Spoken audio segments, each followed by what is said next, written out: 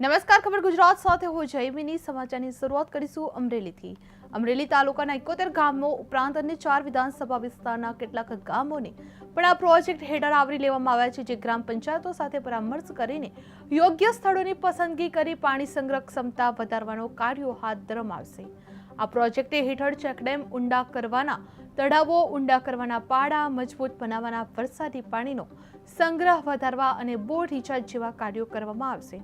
અંદાજે 3 થી 4 મહિનાના સમયગાળામાં આ કામગીરી પૂર્ણ કરવામાં આવશે.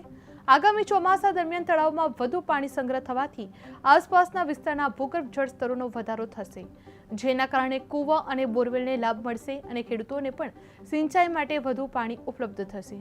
આ પ્રોજેક્ટથી પાક ઉત્પાદન વધશે, પશુપાલનને ફાયદો થશે, તેમજ ગ્રામ્ય અર્થતંત્ર મજબૂત બનશે. સાથે પીવાના પાણીની સમસ્યા પણ રાહત મળી રહેશે.